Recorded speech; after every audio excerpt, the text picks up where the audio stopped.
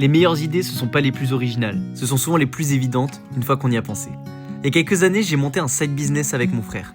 C'était simple, sans prétention, mais ça m'a permis de voyager, d'apprendre, de kiffer. Le projet a tourné 1 an et demi, puis j'ai repris une vie classique à Paris.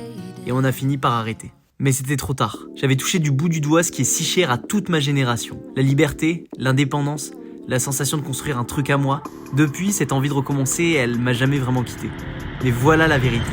Quand tu bosses à plein temps, que tu vis dans une grande ville, t'as pas toujours l'espace mental ou physique pour lancer un nouveau projet. Tu rentres tard, tu sais pas quoi manger, tu laisses traîner tes courses, tu commandes un peu trop souvent, tu manges mal. Et sans même t'en rendre compte, ce simple truc de manger au quotidien devient une vraie charge mentale.